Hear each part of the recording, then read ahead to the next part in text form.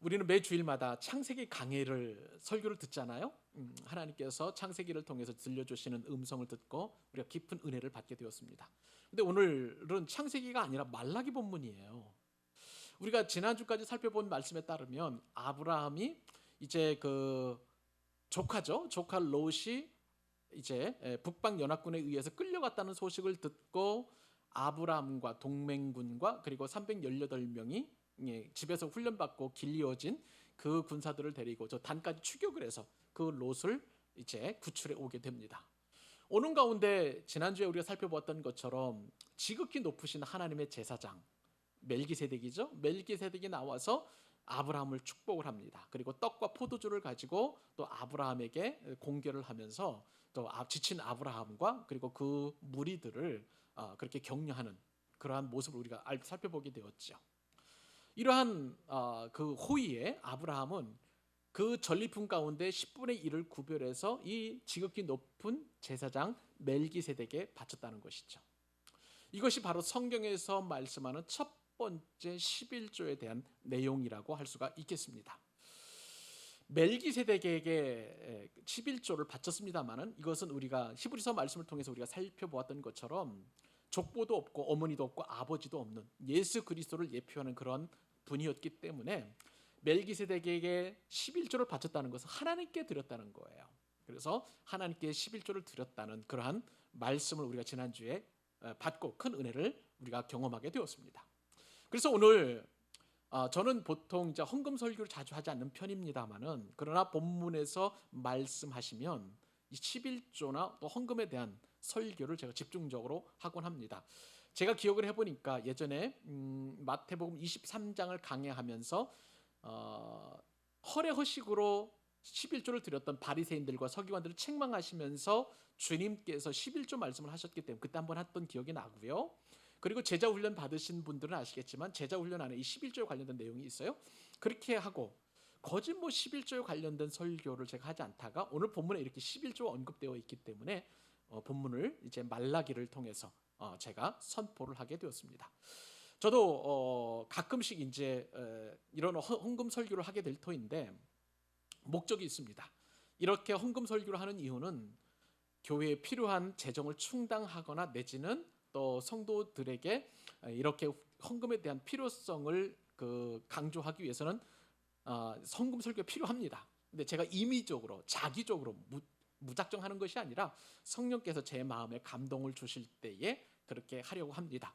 여러분 그러나 제가 헌금 설교를 한다고 해서 마음에 부담 갖지 마시고요. 이것이 그런데 얼마나 큰 은혜인지를 오늘 말씀을 통해서 여러분들이 확정하게 될 것입니다. 저는 오늘 그 목적을 가지고 기도하면서 말씀을 준비하면서 여러분들에게 선포를 하려고 합니다.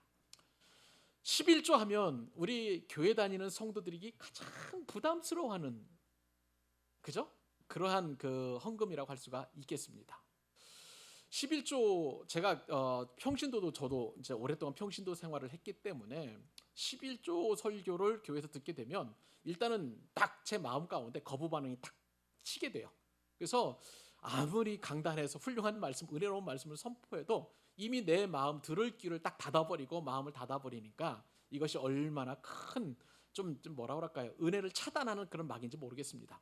혹시 여러분들 가운데 그러한 상황이 있다면 이 시간 그러지 마시고요. 일단 말씀을 들어보시고 그 말씀이 하나님 뜻으로 아시고 또 어떻게 우리에게 복을 주신다 하시는데 어떤 복을 받아 누릴지 여러분 기대하는 마음으로 오늘 말씀을 들어주셨으면 참 좋겠습니다. 11조가 이렇게 부담스럽다 보니까요. 이단이 이 11조 문제를 가지고 공격을 합니다. 11조 드리지 말라. 11조 때문에 고생하는 사람들을 이렇게 자꾸 꿰어내는 것이죠. 그런데 여러분 이단들은요. 11조보다 더 강력한 헌신을 요구합니다. 전 재산 바치라는 거예요. 그런 어떤 공격을 하기도 하고요. 또 11조를 설교를 준비하면서 제가 인터뷰를 유튜브를 보니까 그 유튜브 안에서 이런 얘기를 해요. 어떤 사람이 이 11조는 구약 시대의 농경과 목축 시대의 잔유물이기 때문에 21세기는 안 맞는다는 거예요. 그러니까 11조는 그냥 구약 시대의 문화이기 때문에 우리 시대는 전혀 맞지 않기 때문에 11조를 할 필요 없다. 그렇게 이야기를 합니다. 또 제가 쭉 인터넷도 검색을 해보니까 다른 교회에서는 우리 교회는 11조 하지 않습니다라고 이렇게 자랑하면서 드러내는 그런 교회도 있는 것을 보게 됩니다. 그러니까 참 이거 혼돈스러운 거예요. 이거 하라는 건지 말라는 건지, 이게 도대체 무엇이 하나님의 뜻인지 우리 가운데서는 좀 굉장히 헷갈리는 그러한 상황이 있습니다. 근데 여러분, 이것만큼은 제가 여러분들에게 말씀을 드리고 싶습니다. 우리 광교 사랑의 교회의 11조, 여러분들이 드리는 11조와 헌금은 오직 여러분들이 자원하는 심령으로 하나님의 은혜에 감사해서 드립니다. 그런데 그렇게 드릴 때 하나님께서 우리에게 놀라운 복을 주시는데, 우선 말씀을 다 완전히 듣기 전부터 여러분들과 제가 하나님 앞에 드리는 이 봉헌과 11조는 어떤 마음으로 드려야 되는지, 그리고 어떤 복이 예비되어 있는지 같이 한번 우리 읽기를 원합니다. 고린도후서 말씀인데요, 9장 6절로 7절 말씀 같이 한번 읽어보십시다. 자, 시작. 이것이 곧 적게 심는 자는 적게 거두고 많이 심는 자는 많이 거둔다 하는 말이로다. 각각 그 마음에 정한 대로 할 것이요 인색함으로나 억지로 하지 말지니 하나님은 즐겨내는 자를 사랑하시느니라. 아멘. 자, 중요한 원리가 있어요. 적게 심는 자는 적게 거두고, 그리고 많이 심는 자는 많이 거둔다. 이것이 이제 하나님의 법칙이고요. 그러나 많이 심더라도 인색함으로나 억지로 하면 열매가 없다는 거예요. 하나님은 즐겨내는 자를 사랑하신다. 우선 이것이 저와 여러분이 하나님 앞에 드리는 봉헌과 헌금의 기본 자세인 줄로 믿습니다. 동의하시면 아멘. 아멘이죠? 네, 맞습니다. 저도 그렇게 드리고 여러분들도 그렇게 예물을 드립니다. 그런데 제가 예전에 직장 생활을 하다 보니까 이 11조 한다는 게 보통 부담이 되는 게 아니에요.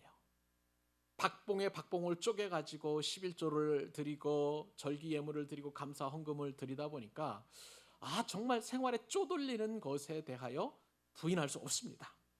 그런데 여러분, 저희 가정 가운데의 하나는 원칙은 뭐냐면, 신혼 때부터 11조만큼은 정직하게 드리자, 그렇게 하나님 앞에 작정을 하고요, 정말 구별해서 하나님 앞에 잘 준비해서 10의 1조를 드렸습니다. 어떤 때는요 정말 시험에 들어가지고 11조를 안 드릴 때도 있었어요. 그런데 어떤 일이 생기냐면 꼭 그 11조 금액만큼의 손해보는 일이 생기거나, 내지는 어떤 때는 생각지도 못하게 큰 지출이 나서 11조의 2배, 3배 정도의 어떤 돈을 내보내야 할 때가 있었던 것이죠. 그럴 때면 회개하고 다음 주에 11조를 드리거나 어떻게든지 간에 하나님 앞에 먼저 구별하여 예물을 드리고 나서 또 이렇게 생활했던 것을 기억을 하게 됩니다. 그러다 보니까 지금까지 하나님께서 넉넉하지는 않지만, 풍족하지는 않지만, 그래도 부족함이 없이 은혜 가운데 이렇게 살아오도록 하나님께서 우리를 지켜주셨습니다. 그 산증이 저희 가정이에요. 여러분들에게도 그런 믿음의 고백이 있게 된 줄로 믿습니다. 자, 우리 교회는요 기본적으로 11조와 감사 헌금이 중심입니다. 물론 이제 각종 절기 헌금이 있어요. 절기 헌금이나 내지는 또 우리 성도님들이 예전에 섬기던 교회에서 이제 드렸던 것처럼 주일 헌금을 드리는 분 계십니다. 그것도 인정을 하고요. 또 그다음에 뭐 목적에 따라서 어느 날 기도하시다가 하나님께서 정말 필요하러 해서 어떤 그 목적만 위해서 그 헌금을 사용해 주십시오 해서 여러분들이 봉헌의 목적 헌금이라고 체크하시고 봉헌 헌금도 드리는 분들도 계십니다. 그러나 분명히 우리 교회는 11조와 감사의 예물로 그렇게 드리고, 교회 모든 운영을 또 이 예물을 가지고 구제하기도 하고, 또 전도와 헌금까지, 세계 선교까지도 그 헌금을 통해서 감당을 합니다. 그렇기 때문에 우리 교회에서는요 다른 명목으로 헌금을 잘 하지는 않아요. 예를 들어서 장학 헌금, 건축 헌금, 뭐 선교 헌금, 헌신 예배 헌금, 무슨 헌금 그런 명목들이 많이 없습니다. 그러한 것들은 제가 이제 직장 생활을 하다 보니까 느꼈던 그 부담감 때문에도 그렇고요. 그러나 또 하나 분명한 것은 다른 헌금보다도 이 11조 헌금을 통해서 주시는 하나님의 놀라운 복이 있는데, 이 복만큼은 우리 모든 성도들이 꼭 받아 누렸으면 하는 간절한 마음이 있기 때문에 제가 그렇게 목회 철학을 가지고 여러분들에게 그렇게 말씀을 드리는 것입니다. 근데 오늘 말씀을 듣다 보면은요, 이 온전한 11조를 드릴 때 얼마나 강력한 복이 임하는지, 그것을 제가 여러분들에게 나눠드리고 싶은 거예요. 그래서 오늘 이 축복을 우리 다 받아 누리십시다. 믿으시면 아멘. 네, 맞아요. 이 복 반드시 받아 누리셔야만 됩니다. 그래서 온전한 11조는 과연 어떤 것인지, 특히 이 11조를 통해서 하나님께서 시험하라라고 말씀하셨단 말이에요. 시험하라고 말씀하셨습니다. 우리는 말씀에 순종해서 11조로 하나님을 시험할 수 있습니다. 그래서 그 시험을 통해서 부어주시는 그 하나님의 복을 받아 누렸으면 참 좋겠습니다. 그래서 오늘 첫 번째 우리가 깨달아야 될 귀한 교훈은 뭐냐면, 하나님은 시험받지도 않으시고 시험하지도 않으시는데 하나님께서 유일하게 허락하신 하나님을 시험하는 한 가지 유일한 방법, 그것이 11조인데요. 그것을 우리가 깊은 은혜로 같이 나눌 수 있기를 바랍니다. 첫 번째 교훈, 유일한 하나님의 시험, 그것이 바로 11조라는 사실입니다. 여러분, 제가 오늘 말씀을 준비해 보면서 깜짝 놀랄 일이 한 가지 생겼어요. 성경에 보면 보통 믿음과 구원과 관련된 말씀이 많을 것으로 생각을 했는데, 재정이나 돈이나 청지기, 이런 어떤 돈과 관련된 말씀을 참 많이 하신다는 거예요. 구약보다도 신약 성경에 이렇게 많이 기록되어 있는데, 여러분, 구원에 관련된 말씀을 보니까 믿음에 관련된 말씀 우선 보니까 믿음과 관련된 구절이 215개, 그리고 구원과 관련된 말씀이 218개예요. 그런데 이 돈과 재정, 청지기에 관련된 말씀은 무려 10배가 높은 2084개나 된다는 거예요. 그만큼 주님은 돈에 대해서 잘 아셨어요. 그리고 돈을 사랑하는 우리 사람들의 심리를 잘 아시고, 그렇기 때문에 주님께서 계속해서 신약 성경에서, 그리고 바울을 통해서, 성경 저자들을 통해서 돈에 대해서 많이 말씀을 하셨습니다. 예수님께서도 이 땅에 오셔서 공생의 사역 가운데에 비유의 말씀을 하셨는데, 그 비유의 말씀이 38가지인데 그 중에 16가지가 바로 이 돈과 관련된 그런 비유입니다. 여러분 잘 아시죠? 뭐 달란트 비유, 그 다음에 뭐 무슨 비유 할 때 보면 뭐 두 문화의 비유, 한 문화의 비유죠. 이런 비유들을 보면은 다 돈과 관련되어 있는 것을 여러분 아실 것입니다. 주님께서 이렇게 돈을 많이 언급하신 이유는 딱 하나예요. 우리의 참된 주인은 돈이 아니라는 사실이에요. 우리의 주인은 누구이십니까? 돈인가요? 아니죠. 예수 그리스도, 하나님께서 우리의 참된 주인이심을 말씀하시고 싶어서 분명하게 이렇게 우리에게 돈에 관련된 많이 말씀하십니다. 자, 그런데 여러분, 우리가 예수님이 우리의 주인이라면, 하나님 우리 삶의 주인이고 우리의 모든 것의 주인이라면, 우리는 그 주인 되심의 확실한 증표를 하나님 앞에 보여드려야 되는데, 그 증표가 뭐냐? 오늘 말씀에 따르면 11조라는 거예요. 그 11조도 그냥 11조가 아니라 온전한 11조라고 말씀하십니다. 자, 우리 본문 8절, 9절, 10절 우리 석절 말씀을 같이 한번 먼저 읽어보십시다. 자, 시작. 사람이 어찌 하나님의 것을 도둑질하겠느냐? 그러나 너희는 나의 것을 도둑질하고도 말하기를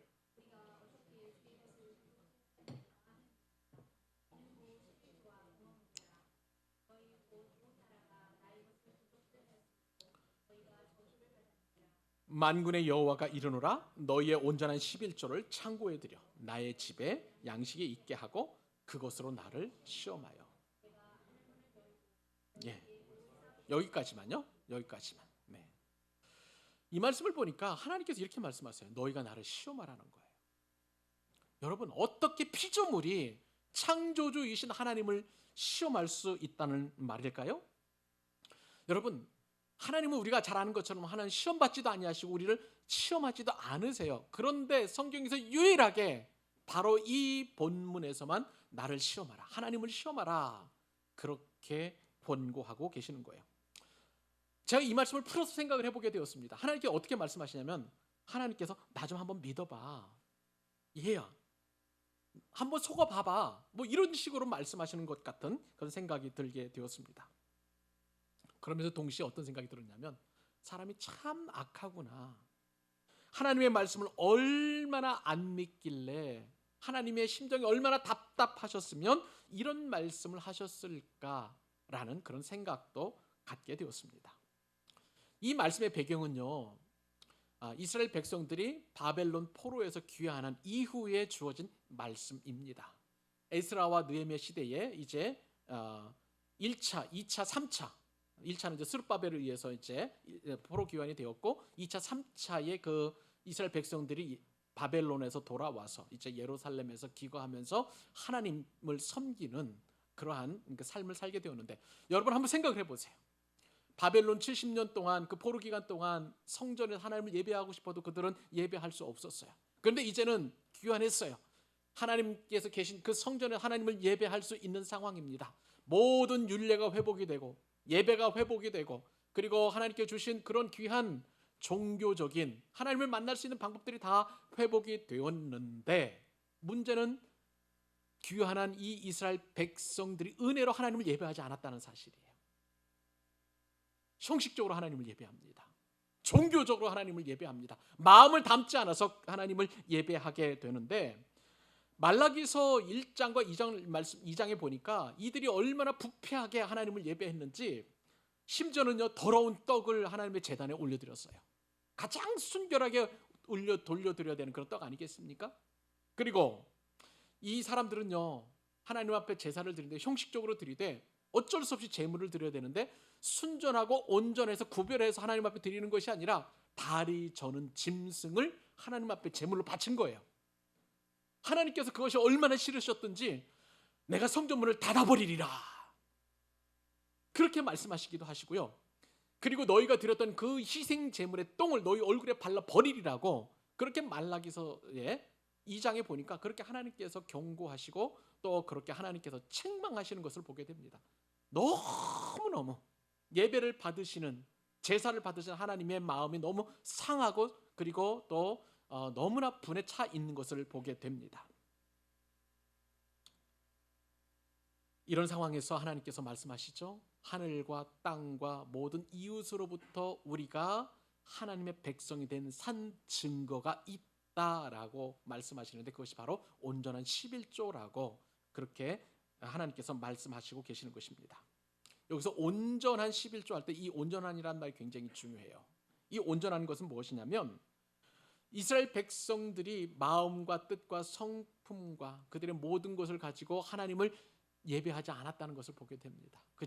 그냥 안식이 되었으니까 하나님 앞에 예배해야 된다고 해서 그냥 기대하는 마음 없이, 은혜 받는 마음 없이 그렇게 하나님을 예배하고 제사를 드렸다는 거예요.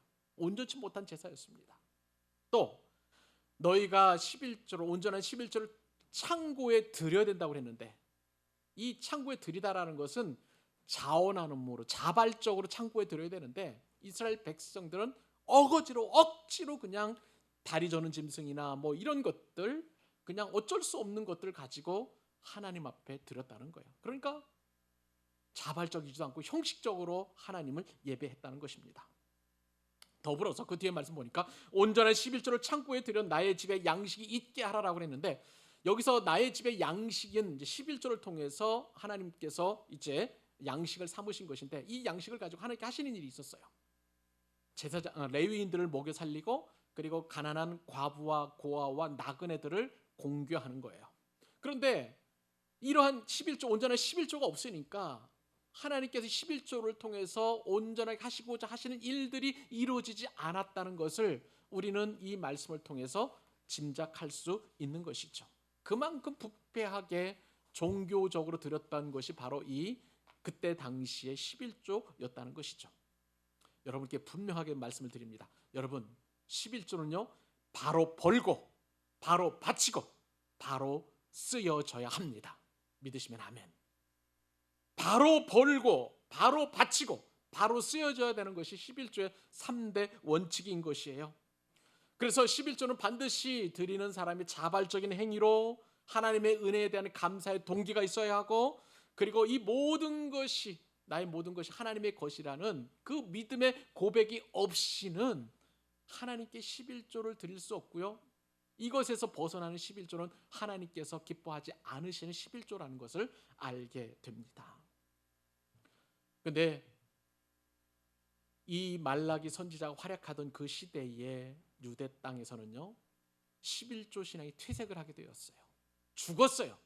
그러다 보니까 하나님께서는 11조를 너희들이 도둑질했다, 그렇게 말씀하시고 계시는 거예요. 심각한 범죄라는 것을 그렇게 말씀하시고 계시는 것입니다. 여러분, 이렇게 하나님께서 책망하였음에도 불구하고 이스라엘 백성들은 오히려 하나님 앞에 항변하고 있습니다. 내가 언제 하나님께 11조를 도둑질했습니까? 하나님께서 도둑질했습니까? 하나님, 제가 이렇게 제물을 드렸고 떡을 올려드렸고 제사장들도 이렇게 제사를 드렸지만 형식적으로 드렸지만 그래도 이렇게 종교 생활했는데 이게 왜 하나님께서 그것을 도둑질한 것입니까? 그런데 하나님은요, 그 마음의 중심을 보시고 그리고 11조 신앙이 타락한 것을 보시고 그래서 또 나의 것을 도둑질했다라고 말씀하시는 것입니다. 그것이 국가적으로 행해진 거예요. 그렇기 때문에 하나님께서는 그 이스라엘 국가에 저주를 내리실 수밖에 없습니다. 그래서 흉년의 저주를 내렸고 병충해를 보내주시고 그리고 가뭄으로 인해서 이스라엘 백성들이 번쩍 정신 들도록 그렇게 말씀하셨다는 거예요. 사랑하는 여러분, 우리 교회는 그래도 참 감사한 것이 대부분의 성도님들이 10의 1조를 드립니다. 사랑하는 여러분, 하나님께서 이것을 불쌍히 여기시고 우리 가운데 은혜를 베풀어 주실 것을 여러분 기대하시기 바랍니다. 하나님은 선하신 분이세요. 하나님은 역사하시는 분이세요. 말씀대로 행하시는 분이세요. 하나님께서 말씀대로 행하면 우리의 모든 것을 책임지시고 인도해 주시고 또한 긍휼과 축복을 베풀어 주실 줄로 믿습니다. 이제는요, 여러분들이 11조를 드리되 온전한 11조를 드리는 쪽으로 오늘 말씀을 집중해서 들으실 수 있기를 바랍니다. 자, 온전한 11조를 드리는데 우선 먼저 우리가 받는 복을 먼저 생각해보고 어떻게 하면 우리가 온전한 11조를 드릴 수 있을까 한번 깊이 묵상할 수 있기를 바랍니다. 자, 그러면 여러분 11조를 통해서 하나님께 주시는 축복을 같이 한번 나눠보십시다. 두 번째, 우리가 오늘 본문 말씀을 통해서 하나님께서 우리에게 주시는 교훈은 뭐냐면 쌓을 곳이 없는, 따라서 해보실까요? 쌓을 곳 없는 11조의 복. 예, 맞습니다. 자, 하나님께서 우리에게 쌓을 것이 없도록 하나님께서 복을 주시는데 엄청난 복 일단 우리가 다 받기를 소망합니다. 자, 우리가 이제 온전한 11조를 드리기로 이제 마음의 작정을 하게 되었는데, 근데 먼저 여러분 11조에 관련돼서 먼저 알아야 될 것이 있어요. 자, 제일 먼저 알아야 될 것은 뭐냐면 우리의 모든 것은 하나님의 것이라는 사실이에요. 자, 욥기서 우리 말씀 보실래요? 41장 11절 제가 읽어드립니다. 누가 먼저 내게 주고 나로 하여금 갚게 하겠느냐. 같이, 이거는 같이요. 온 천하에, 자, 다시 한번, 온 천하에 있는 것이 다 누구 거예요? 온 천하에 있는 것이 다 하나님의 것이라는 거예요. 11조는요, 기본적으로 나의 모든 소유가 하나님의 것인 것을 인정하는 데서 출발합니다. 여러분, 내 생명도, 내 가정도, 내 직장도, 내 자녀도, 그리고 내가 섬기는 교회도, 이 나라, 이 민족도 다 하나님의 것임을 우리는 고백합니다. 동의하시죠? 아멘이에요. 다 하나님의 것이에요. 자, 그런데 여러분, 이렇게 좋은 것, 그리고 이렇게 또한 우리에게 누리는 것만 하나님의 것이냐? 아니에요. 하나님의 것은요, 우리에게 또한 부족한 것도 하나님의 것임을 여러분 믿으시기 바랍니다. 나의 질병도 하나님의 것이에요. 나의 연약함도 하나님의 것이에요. 내가 가난한 것도 하나님의 것이에요. 나의 부족함도 하나님의 것임을 여러분 인정하실 수 있기를 바랍니다. 아멘이 안 나오네요? 하나님의 것 맞아요. 왜냐하면 온 천하에 있는 것이 다 내 것이라고 했으니까. 그죠? 이 땅에 있는 것이 다 하나님의 것이라고 했으니까 분명히 나에게 좋은 것, 넉넉한 것, 그리고 풍성한 것도 하나님의 것인 것과 동시에 나의 궁핍감과 부족함도 하나님의 것임을 믿으시기 바랍니다. 그렇기 때문에 11조는요, 부자도 드릴 수 있는 것이고 가난한 사람도 드릴 수 있는 거예요. 그렇기 때문에 여러분, 우리는 나의 질병까지도 하나님의 것을 인정하게 되면 그 이후에 모든 복들이 나에게 올 수 있다는 거예요. 여러분, 하나님은 좋은 것만 하나님의 것인 것 아니에요. 내 자신 자체가 하나님의 것이에요. 내가 여러 가지 어려움이 있고 부족하고 궁핍하다 할지라도 이 모든 것은 하나님의 것임을 인정하시기 바랍니다. 그 인정의 고백으로부터 우리가 11조를 드릴 수 있는 거예요. 자, 그런데 또 하나 우리가 알아야 될 것은 뭐냐면 11조를 온전하게 드리기 위해서 또 알아야 될 것은 뭐냐면 대표의 원리입니다. 대표의 원리. 자, 무슨 말씀이냐? 자, 여러분, 한 사람 아담이 범죄함으로 말미암아 모든 인류는 타락하게 되었습니다. 저는요, 이 말씀을 생각할 때마다 어떤 생각이 드냐면, 저는 그때 아담이 범죄, 하와가 범죄할 때 망을 본 적도 없어요. 그런데 제가 죄인이래요, 처음에는. 근데 이것이 너무 부당하다고 여겨졌는데 곰곰이 생각을 해보니까 아담 한 사람, 이 대표하는 사람 한 사람으로 말미암아 모든 인류가 죄가 임하게 되었다는 것을 제가 충분히 이해하고 나서 은혜 받으니까 그것이 이해가 되는 거예요. 그러니까 저는 죄인 맞습니다. 그런데 이것이 바로 사람 대표의 원리인데 이 대표의 원리가 예수님에 의해서 또 구원받은 자의 원리가 되는 것입니다. 한 사람 예수 그리스도, 하나님의 아들 예수 그리스도가 이 땅에 오셔서 십자가에 못 박혀 죽으시고 부활하심으로 말미암아 그 예수 그리스도가 모든 산 소망의 산 생명의 대표가 되심으로 말미암아 그 예수님의 십자가 사건과 부활을 믿는 모든 저와 여러분도 영원한 생명이 주어진 줄로 믿습니다. 이것이 바로 대표의 원리예요. 자, 그러면 이것이 동일하게 대표의 원리가 11조에도 적용이 되게 됩니다. 우리의 모든 것은 다 하나님의 것이에요. 그죠? 10의 10이 다 하나님의 것입니다. 그러므로 우리가 10의 1조를 드리게 되면 내 있는 모든 것, 내 소유와 내 가정과 내 건강과 내 부족함과 연약함과 궁핍감까지도 나의 모든 소유도 다 하나님의 것임을 인정할 수 있는 거예요. 믿으시죠? 맞아요. 그렇기 때문에 우리는 이 11조를 드림으로 말미암아 나의 모든 소유가 하나님의 것이라고 인정하는 대표의 원리가 된다는 것입니다. 또 다른 11조의 원리가 있어요. 그것은 뭐냐면요, 11조는 정액이 아니라 비율로 드린다는 것입니다. 여러분, 우리가 지난주에 살펴보았던 것처럼 아브라함은 자신이 승전에서 얻은 전리품의 10분의 1을 구별을 하나님 앞에 올려드렸습니다. 그 전리품이 수없이 많았어요. 그런데 일정액을 정해가지고 하나님 앞에 드린 것이 아니라 10분의 1을 구별해서 드렸다는 거예요. 비율인 것입니다.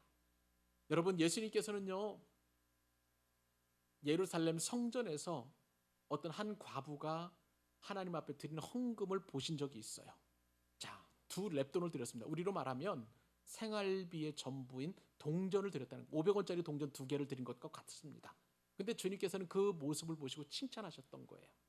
어떤 액수를 보시는 것이 아니라 마음을 보시고 그 비율을 보시고 그 과부가 드렸던 이 귀한 돈을 칭찬하셨던 것을 보게 됩니다.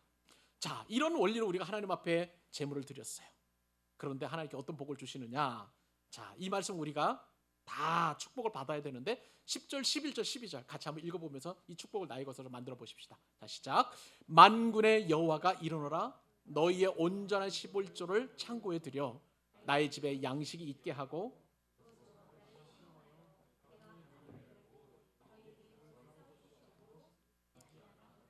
만군의 여호와가 이르노라, 내가 너희를 위하여 메뚜기를 금하여 너희 토지 소산을 먹어 없애지 못하게 하며 너희 밭의 포도나무 열매가 기한전에 떨어지지 않게 하리니 너희 땅이 아름다워짐으로 모든 이방인들이 너희를 복되게 하리라. 만군의 여호와의 말이니라. 아멘. 여러분, 11조, 온전한 11조를 드리면 가장 먼저 받는 축복이 하늘 문이 열리는 것입니다. 뭐가 열린다고요? 하늘 문이 열려요. 하늘 문이. 우리는 많은 것을 세상에서 얻는 것으로 생각을 해요. 아니에요. 나이가 들면 들수록, 제가 이제 우리 권사님들은 집사님들 죄송합니다만은 나이를 먹어보니까 정말 귀한 것들은 다 하늘에서 떨어져요. 은혜도 하늘에서 내려옵니다. 성령님도 하늘로부터 내려오고요, 지혜도 하늘로부터 내려오고 평안도 하늘로부터 내려옵니다. 도움도 하늘로부터 내려오고요, 힘도 하늘로부터 내려오고 사랑도 하늘로부터 내려오고 하나님께서 우리에게 약속해 놓으신 아름다운 모든 은사들도 다 하늘에서 내려와요. 성령의 열매도 하늘로부터 내려옵니다. 그러니까 하늘문이 열린다는 것은 내가 생각하고 내가 예상했던 것보다도 훨씬 좋은 것들이 우리에게 임한다는 것을 하나님은 말씀해 주고 계시는 거예요. 여러분, 하늘에 굉장히 좋은 것들이 많습니다. 믿으시죠?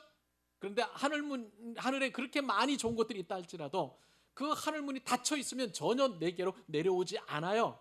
그렇기 때문에 하늘문은 여는 것이 필요한데 오늘 말씀을 보니까 그 하늘문을 여는 것은 딱 하나예요. 온전한 11조라는 거예요. 여러분, 온전한 11조를 드리면 하늘문이 열리게 되는 줄로 믿습니다. 그 열린 하늘문을 통해서 어떤 은혜가 부어지는지 한번 보실까요? 자, 창세기 28장 12절에 보니까 보물 창고가 열린다는 거예요. 읽어드릴게요. 여호와께서 너를 위하여 하늘의 아름다운 보고가 보물 창고예요.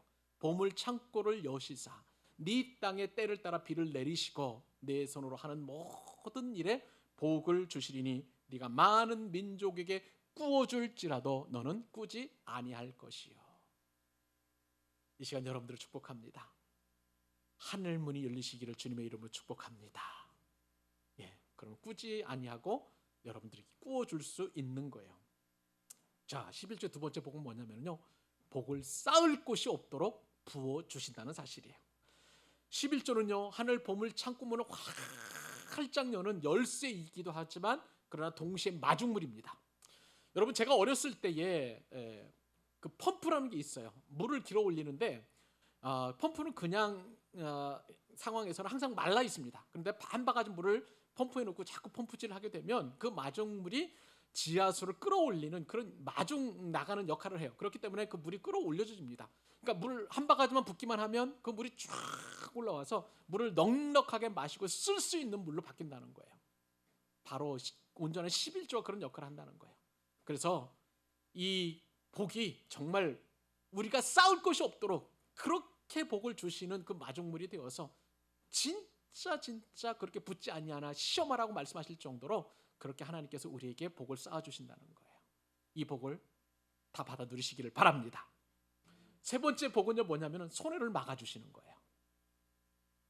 자, 오늘 본문에 보니까 농작물의 메뚜기 떼가 이제 덮치지 않게 해 주시겠다는 거예요. 그리고 포도 열매가 기한 전에 떨어지지 않도록 하시겠다는 거예요. 자, 이것은 뭐냐면은요, 우리가 농사를 짓다 보면 그런 일들이 비일비재하게 일어날 수 있잖아요. 특히 중동 지역에서는 엄청난 메뚜기 떼, 뭐 수천만 마리, 수억 마리에 이르는 그 메뚜기 떼가 한 번 이렇게 싹 훑고 지나가면 모든 이파리와 그 다음에 채소와 그 다음에 나무의 과실들이 다 못 쓰게 되는 그 정도로 황폐해지는 거예요. 하나님께서 그 메뚜기 떼를 막아주신다는 거예요. 쉽게 말하면 뭐냐면요, 손해를 막아주시겠다는 거예요. 여러분, 우리 인생을 살다 보면 얼마나 많은 손해를 당합니까? 때로는 절도를, 도둑질을 당합니다. 강도를 만나기도 하고요, 사기도 당하기도 하고, 부도를 맡기기도 하고요, 또 어떤 각종 자연재해로 인해서 우리가 손해를 보기도 합니다. 원치 아니하게 또 교통사고를 당할 수도 있고, 또 질병을 생각지도 못했던 질병을 만날 수도 있고요. 많은 손해들이 한치 앞을, 오늘은 이렇게 제가 이렇게 강단에서 설교하고 있지만 내일 아침에 어떤 일이 어떻게 벌어질지 아무도 모르는 거예요. 근데 하나님께서 이런 모든 손해를 막아주시겠다라고 말씀하시는 것입니다. 그러니까 우리가 11조를 온전하게 드린다면 이 손해를 당하지 않는 것이 얼마나 큰 은혜인지 몰라요. 네 번째 복 있습니다. 네 번째 복은 뭐냐면 메뚜기를 금해서 토지소산을 먹어 없애지 못하게 하고, 또 포도나무 열매가 기한 전에 떨어지지 않게 하신다라는 것은 뭐냐면 모든 지출을 막아주신다는 거예요. 모든 지출을. 여러분, 우리가 온전한 11조를 드리게 되면은요, 이제 그 11조를 드린 만큼 우리의 소유가 작아지기 때문에 긴축 재정을 해야 합니다. 그런데 하나님께서는 쓸데없는 지출을 막아주시는 거예요. 그러니까 그때부터 하나님께서 절약을 하시는 것이죠. 쓸데없는 어떤 입원비, 또 약 그런 것도 나가지 않도록, 그 다음에 어떤 우리가 또 다른 일들을 통해서 또 세금이 또 새어나가지 않도록 그런 것들을 다 일일이 막아주신다는 거예요. 그래서 우리가 그렇게 궁핍하지 않도록 하나님께서 그렇게 말씀하시는 것을 보게 됩니다. 다섯 번째는요, 땅이 아름다워집니다. 무슨 얘기입니까? 여러분, 내가 사업을 하거나 내지는 직장 생활을 해도, 또 내가 열심히 공부를 해도 내가 원하는 만큼 돈을 벌 수 있나요? 안 돼요. 내 힘으로 안 되는 거예요. 월급을 해도 내가 원하는 때에 죄송합니다. 직장 생활해도 승진할 수 있겠습니까? 그것도 잘 안 돼요. 저도 학교 다닐 때 공부를 해봤습니다만 열심히 공부한 만큼 성적이 나오냐? 그렇지 않다는 거예요. 이것이 바로 우리가 심은 만큼 거두들이지 못하는 것이 이 땅을 살아가는 현실입니다. 수고한 만큼 대가가 주어지지 않아요. 그런데 오늘 말씀을 보니까 땅이 아름다워진다는 것은 우리가 온전한 11조를 드리고 난 이후에 모든 것들이 우리가 수고한 것보다도 더 넉넉하고 풍족하고 풍성해지게 된다는 그런 복을 우리 가운데 주신다는 사실입니다. 그러므로 여러분들 만약에 투자를 하신다면요, 이것보다 더 좋은 투자는 없는 것입니다. 그러나 하나님께는 우리가 투자할 이유가 없는 것이죠. 또 그렇게 세속적인 용어를 써서도 안 되는 것입니다. 여하튼 하나님의 말씀에 순종하면 우리가 하는 모든 일들 가운데 아름다워지는 복이 주어지게 된다는 사실이에요. 그리고 마지막 여섯 번째 축복은 뭐냐면 사람들로부터 칭송을 받게 됩니다. 모든 이방 민족들이 너희를 복되다라고 이렇게 말씀하신다는데 그 이야기는 뭐냐면 안 믿는 사람들이 우리에게 복되다라고 이렇게 말씀한다는 거예요. 사랑하는 여러분, 우리 이 복을 놓치지 마십시다. 이 복을 같이 누리십시다. 우리 교회에 적어도 신앙생활하는 때만큼은 이 엄청난 복이 저와 여러분들의 복기로 임할 수 있기를 우리 주님의 이름으로 간절히 소원합니다. 마지막으로 이제 그러면 온전한 11조 어떻게 드릴 수 있을까? 그 11조에 관련된 말씀을 같이 나누도록 하시죠. 자, 온전한 11조를 드리고 싶으면 참 좋은데 여러 가지 11조에 관련된 참 고민들이 많이 있습니다. 자, 우선 우리가 왜 11조를 해야 하느냐부터 그 문제부터 우리가 살펴보십시다. 여러분, 우리가 드리는 11조는 세금입니까? 아니죠. 또한 그럼 기부금인가요? 그것도 아닙니다. 세상에서는 그것이 기부금일 수 있어요. 그러나 여러분, 우리가 하나님의 은혜를 받은 자로서 그 은혜에 감사하며 드리는 신성한 의무가 바로 11조라는 사실을 여러분 기억하실 수 있기를 바랍니다. 우리가 헌금을 드리고 11조를 드릴 수 있는 이유는 바로 여기서부터 출발하는 거예요. 내게 있는 모든 것이 감사하고 하나님께서 주신 은혜가 너무나 귀해서 그것에 감사에 대한 마음을 담아서 드리는 것이 바로 10의 1조라는 것입니다. 그렇기 때문에 이 우리가 하나님 앞에 드리는 헌금은요, 여러분 잘 준비하셔야 합니다. 주중에 준비하세요. 그냥 주일날 지갑 열어가지고 이렇게 헌금하지 마시고요. 잘 준비해서 정말 기도한 다음에 꼭 하나님 앞에 그렇게 드리실 수 있기를 바랍니다. 자, 그러면 여러분 억지로 드리는 헌금은 어떻게 되는 것인가요? 강요당하는 헌금은 어떻게 드려야 될까요, 여러분? 여러분, 저는요 여러분들에게 말씀을 드립니다. 억지로나 강요당하는 헌금은 하나님 기뻐받지 않으시기 때문에 차라리 드리지 마세요. 저는 그렇게 말씀을 드리라고 여러분들에게 가르쳐 드립니다. 왜냐하면 하나님께서 연락받지 않는 것은 그게 뭡니까? 그게 내 기부하는 것도 아니고 또 교회가 잘 되라고 이렇게 뭐 이렇게 동정하는 것도 아니고 하나님 앞에서 드릴 때는 정말 준비해서 정성스럽게 그리고 기도하는 마음으로 예물을 드리실 수 있기를 바랍니다. 놀라운 것은요, 이렇게 하나님 앞에 드리게 되면 아브라함 예를 보게 되면 정말 상상할 수 없는 많은 것으로 보담을 받는다는 사실이에요. 그러므로 여러분 준비하게 그리고 정성스럽게 그리고 마음을 담아서 귀한 헌금을 드리실 수 있기를 바랍니다. 두 번째, 11조 관련돼서 빠지지 않는 질문이 하나 있어요. 꼭 섬기는 교회에 헌금과 11조를 드려야 하느냐라는 것입니다. 우리 생각이 그런 생각이 들 수가 있어요. 11조를 우리 교회보다 더 어려운 교회 드리면 안 되겠느냐? 그렇죠? 또 11조를 내가 아는 어떤 목사님, 근데 암투병하고 계세요. 가난한 목사님이세요. 그 목사님에게 드리면 더 안 되겠느냐? 이렇게 하면 하나님 더 기뻐하실 거라는 그런 마음이 우리 가운데 들 수 있을 것입니다. 농어촌 교회로 보낸다는 거 참 귀하고 선교사님께 내 11조를 보낸다는 것은 정말 좋은 일이 아닐까라고 생각할 수 있는 것인데요. 그런데 분명하게 말씀을 드리는 것은 11조는요 섬기는 교회에 드려야 하는 것이 참된 도리임을 믿으시기 바랍니다. 일단 여러분 아멘 하시고 말씀을 들으세요. 그 이유를 아멘? 아멘. 자, 왜 그런가요? 11조는요 내 것을 떼는 게 아니기 때문에 그래요. 하나님의 것을 구별하여 드리는 것이 11조입니다. 자, 11조가 만약에 내 것이라고 생각을 해서 내가 10분의 1을 떼서 더 어려운 사람, 더 어려운 교회 선교사님을 드린다는 것은 내 것을 떼는 거예요. 하나님 것이 아니라는 거예요.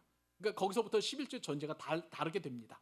그리고 분명히 나의 도움을 통해서 그 11조를 받게 되는 분들은 분명히 나에게 감사할 거예요. 근데 여러분 11조를 우리가 드리는 것은 나이가 감사를 받기 위해서 내가 영광을 받기 위해서 드리는 건가요? 하나님께 영광을 돌리기 위해 하나님께 기쁨을 드리기 위해서 드리는 건가요? 내가 영광 받으면 안 되는 거죠. 내가 기뻐해서는 안 되는 거예요. 분명히 받은 사람은 나에게 감사할 거예요. 그죠? 그러면 그것은 하나님의 영광을 내가 가로채는 것이 됩니다.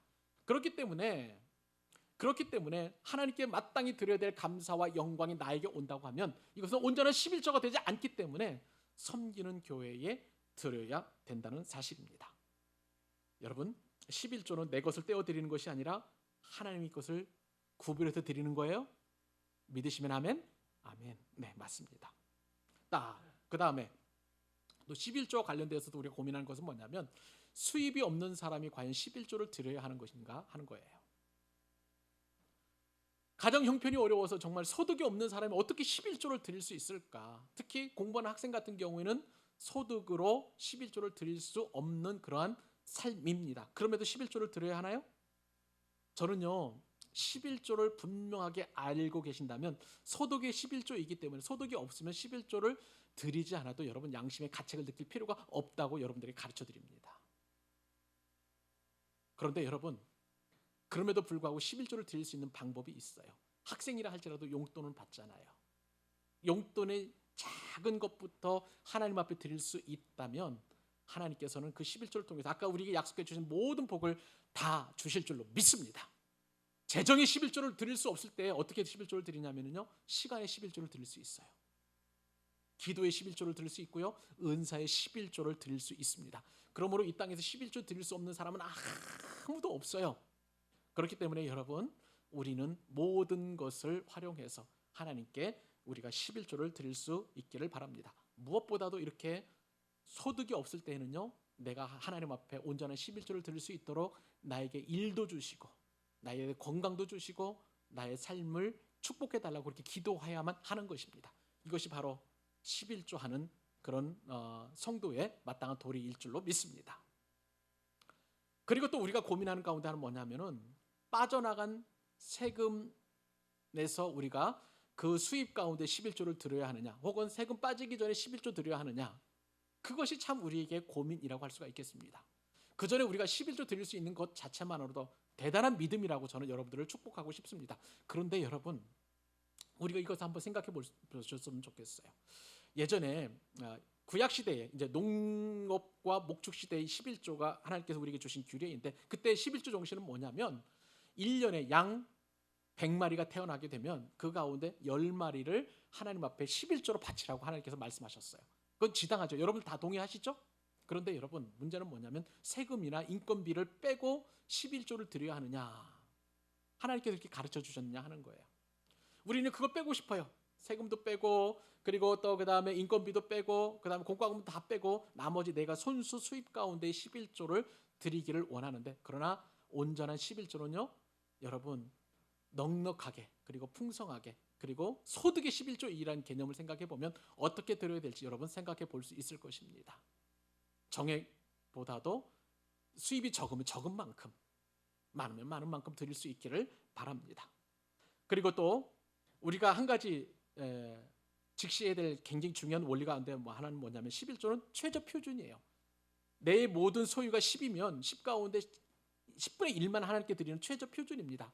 근데 여러분 11조를 드리다 보면은요, 은혜가 되면 10의 2조, 3조, 4조까지 드리고, 그리고 록펠러 같은 사람은 10의 5조까지 드려서 하나님께서 엄청난 그런 부를 축적하도록 하나님께 주셨습니다.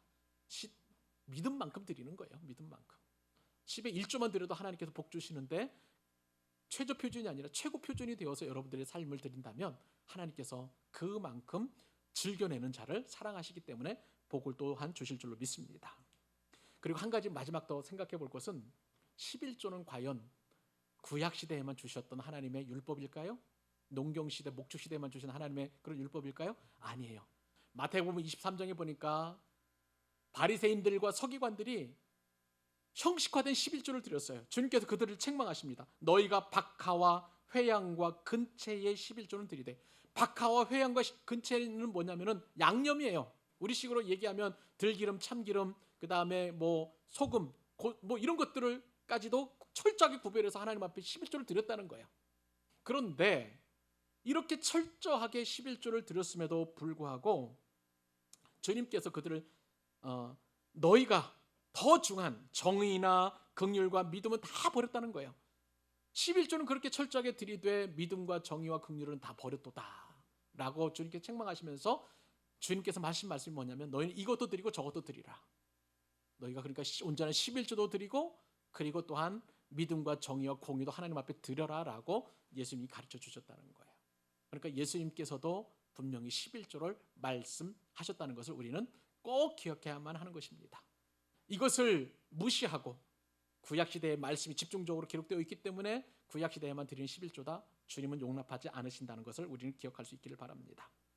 여러분 11조에서는요, 여러분들이 그렇게 온전하게 드리면 반드시 그 11조는 온전하게 사용해야 될 줄로 믿습니다. 이것은 교회 책임이에요. 그렇기 때문에 우리 교회에서는요, 온전한 11조가 관들이 쓰여졌는지 11조와 헌금에 대한 수입과 그리고 지출에 관련된 내용들을 매주 교회 홈페이지 재정 보고 사항으로 여러분 올려드리고 있습니다. 꼭 확인하시고요. 내가 그렇게 온전하게 드린 11조가 온전하게 쓰여지고 있는지를 꼭 확인할 수 있기를 바랍니다. 여러분 이 11조는 이렇게 하나님께 놀라운 복을 주십니다. 그런데 우리가 빼놓을 수 없는 복 한 가지가 더 빠진 게 있어요. 그것은 내가 하리라의 복이에요. 지금까지는 사람이 했습니다. 저 인간 권영삼 목사가 했습니다. 그런데 온전한 11조를 드리니까 이제는 내가 하리라, 하나님이 하신다는 거예요. 여러분 오늘 말씀 보니까 이렇게 기록되어 있어요. 내가, 하나님이시죠? 하늘 문을 열고 너에게 복을 쌓을 곳이 없도록 부어 주리라. 하나님이 복을 쌓을 곳이 없도록 부어 주신다는 거예요. 내가 너를 위하여 메뚜기를 금하여 너희 토지 소산을 없어 먹어버리지 못하게 하리라. 내가 한다는 거예요. 내가 너희 밭에 포도나무 열매가 기한 전에 떨어지지 않게 내가 하리라. 내가 너희 땅이 아름다워지게 하리라. 내가 모든 이방인들이 너를 복되다 하게 하리라. 하나님이 하신다. 분명히 말씀하십니다. 내가 하리라 말씀하십니다. 하나님이 하신다는 이 놀라운 복을 여러분 받으시고 우리 일생 동안 또 이번 한 주간도 넉넉히 승리하는 여러분 되실 수 있기를 주님의 이름으로 축복합니다.